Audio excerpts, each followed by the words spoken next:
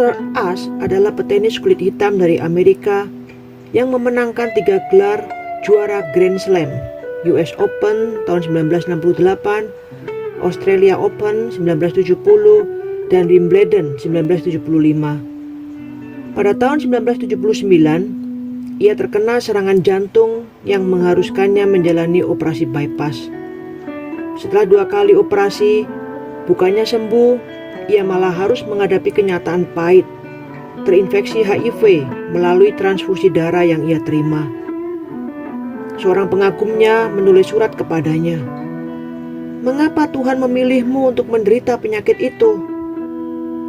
Ashe menjawab, "Di dunia ini ada 50 juta anak yang ingin bermain tenis, tetapi hanya 5 juta orang yang bisa belajar bermain tenis.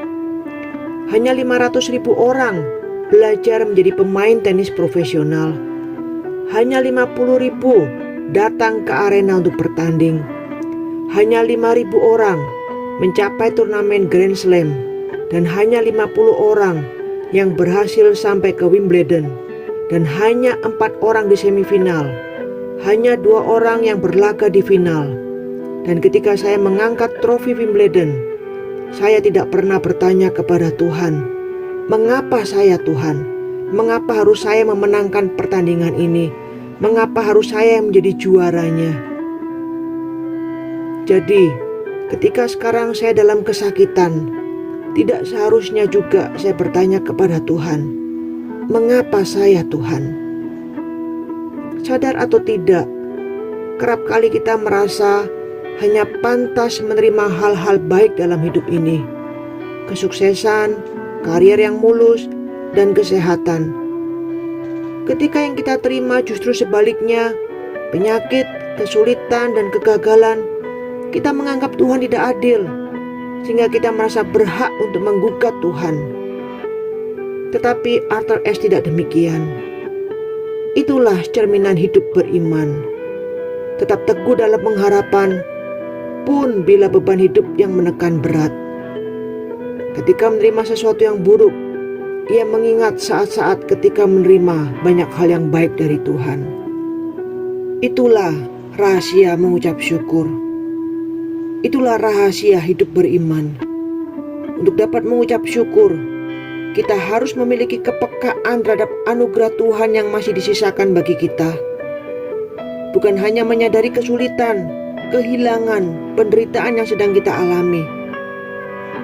Pernahkah kita berada dalam kesusahan, segala sesuatunya diambil sampai habis sama sekali, tanpa ada yang disisakan sedikit pun? Tidak akan pernah. Jika demikian, maka ucapan syukur kita juga seharusnya tidak akan pernah habis.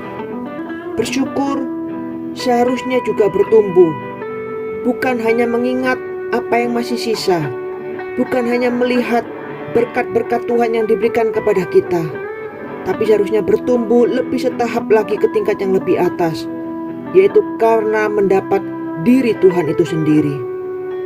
Setan berkata bahwa Ayub mengikuti Tuhan karena berkat yang berkelimpahan. Ia dipagari, rumahnya dipagari, anak dan istrinya dipagari, hartanya tidak henti-hentinya bertambah. Bisnis apapun yang digelutinya pasti menuai sukses. Dan setan berpikir kalau semua itu diambil, pasti Ayub akan mengutuk Tuhan. Dan ketika Tuhan mengizinkan iblis untuk mengambil semua itu, Tuhan ingin menunjukkan bahwa kesalehan, takut, dan hormat Ayub akan Tuhan bukanlah karena ia dipagari, bukanlah karena harta yang bertambah, bukan pula karena kesuksesannya, bukan pula karena semua pemberian-pemberian Tuhan atas hidupnya. Tapi Tuhan ingin menunjukkan bahwa apa yang membuat Ayub saleh dan takut akannya bukan karena semua berkat-berkatnya, tetapi karena ia telah memiliki Tuhan itu sendiri. Ini merupakan rahasia penting. Syukur pasti berhenti kalau dilandasi karena mendapat berkat dari Tuhan. Oleh karena itu, syukur harus bertumbuh kepada alasan karena kita mendapat dan memiliki Tuhan itu sendiri dalam hidup kita. Apakah saat ini kita berada dalam kesusahan, kehilangan yang kita kasihi, anak, suami, istri, atau sahabat, kesehatan, harta, pekerjaan, sehingga kita merasa tidak ada satupun yang dapat kita syukuri. Ingat dan hitung apa yang masih Tuhan sisakan. Tidak mungkin tidak ada, karena seminim-minimnya sisa itu tetap lebih banyak dari dunia ini.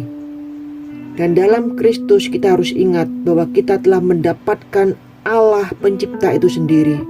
Dan akhirnya syukur menjadi memuncak ketika kita mengerti bahwa kita kehilangan apa yang tak dapat kita pertahankan dan mendapatkan apa yang tidak dapat hilang, yaitu Dia sendiri. Dia yang tak putus-putusnya mengawal dan berkarya atas kehidupan kita sampai kita berjumpa dengannya. Biar hari ini kita mengingat kembali apa yang sudah Tuhan lakukan dan karyakan dalam kehidupan kita di tengah-tengah segala kesulitan, masalah atau kehilangan yang kita alami. Dan biarkan kita tetap beriman kepadanya, mempercayai bahwa Dia yang terbaik hadir dalam kehidupan kita. Dan kita bersyukur karena kita sudah memiliki apa yang tidak dapat hilang, apa yang tidak dapat dirampas dari kehidupan kita, yaitu Allah sendiri. Biar ini memberikan kita harapan dan kekuatan untuk menjalani kehidupan yang sulit ini. Tuhan memberkati.